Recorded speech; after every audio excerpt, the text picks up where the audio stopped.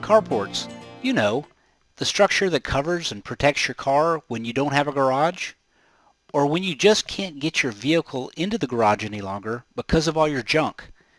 So I have a question. Are carports only for cars? And to help answer that question, I have Chris McDonald from Carports on the phone with us today. Chris, how you doing? Doing great, Ken. How you doing? Awesome. I'm glad you could be here. So Chris, I have a handful of questions that I see come through on a daily basis, and I thought you could help answer them. Absolutely. Okay. Anything. What kind of carports do you carry? That's a good question. It's basically we go. There's three different roof types. You've got your regular style, which has a more rounded look to it. The eave actually kind of rolls over the top of the leg about 6 or 8 inches. Then we have the boxed eave, which is a style where it's looks more like a house. It's got an overhang on it about 6 inches on each side.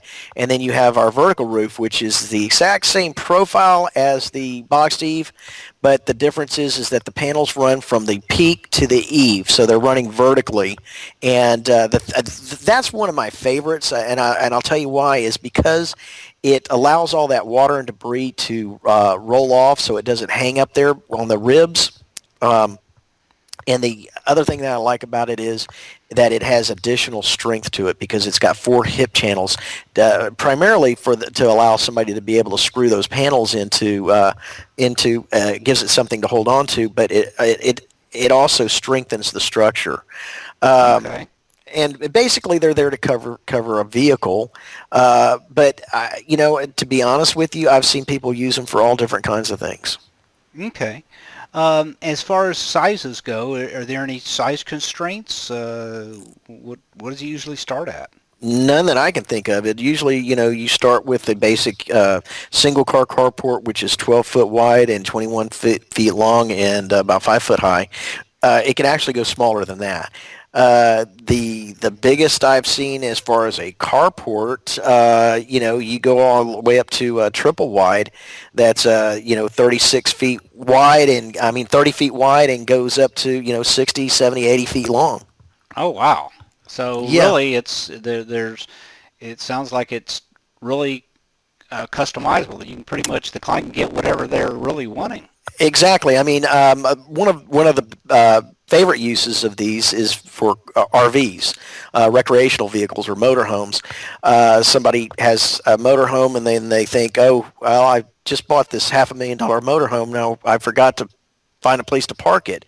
So they call me up and we'll set them up with something that's 12 foot high at the leg, which covers virtually every motorhome on the road today. Okay. So how long have you been providing carports for the area? Since 2003. So we've been here in this area since 2003. Wow. So this is not something that just popped up yesterday. Absolutely not. No, we're very well established and a very well established company. Okay. Well, you kind of already answered this question to some degree, but the original questions are carports only for cars. No, I'm glad you came back around to that. It's I've seen people use these carports for just about everything you can think of. Like I mentioned, the RVs, their utility vehicles, their trailers. One of my favorites, if you can indulge me for just a second, one of my favorite carports that we have, it's got a storage area in front of it. And so what it is you've got kind of a hybrid between a storage